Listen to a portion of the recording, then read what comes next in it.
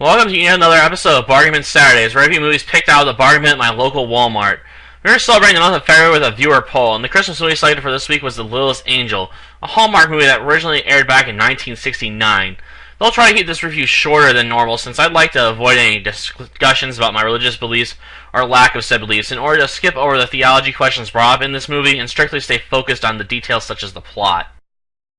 I'll be frank and say this movie barely qualifies as a Christmas movie, and the only connection it has with the holidays is its overall message at the end, and that takes place around the time of Jesus' birth. Outside of that, the movie follows a young shepherd boy who manages to fall off a cliff while chasing a bird, which may or may not have been sent by God. Afterwards, our young shepherd, known as Michael, eventually runs into God, who directs him through the pearly gates, where he eventually runs into the welcoming committee for new souls, and is assigned a guardian angel that is a bit of a screw-up.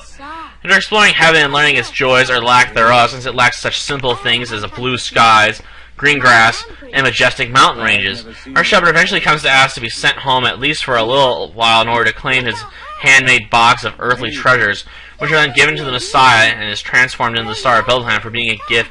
from the heart, unlike all the other gifts from the rest of the God's angels. On the graphical side of things, the footage is a bit grainy, and all of the characters have a clear outline around them, but I'm not entirely sure how this data effect was achieved. Regardless, the work feels a bit sloppy, since you'll sometimes see the ropes being used in the flying lesson scene, and sometimes bits and pieces of the actors' clothes will disappear as if the background is being projected onto them.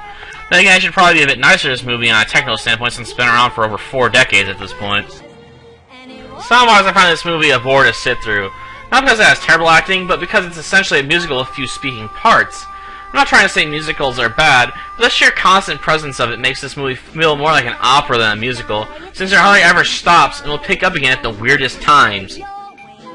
On the whole, the movie's message is timeless, but has been told by numerous other movies with far more up-to-date special effects, and with a much shorter runtime. The movie just seems to drag on and on, despite its relative short runtime of about 75 minutes, which leaves me wondering why the pacing feels so slow. My best educated guess is that it comes from the movie sometimes recycling songs in order to pad out the runtime, which only makes the constant scene feel more obnoxious than it has to be.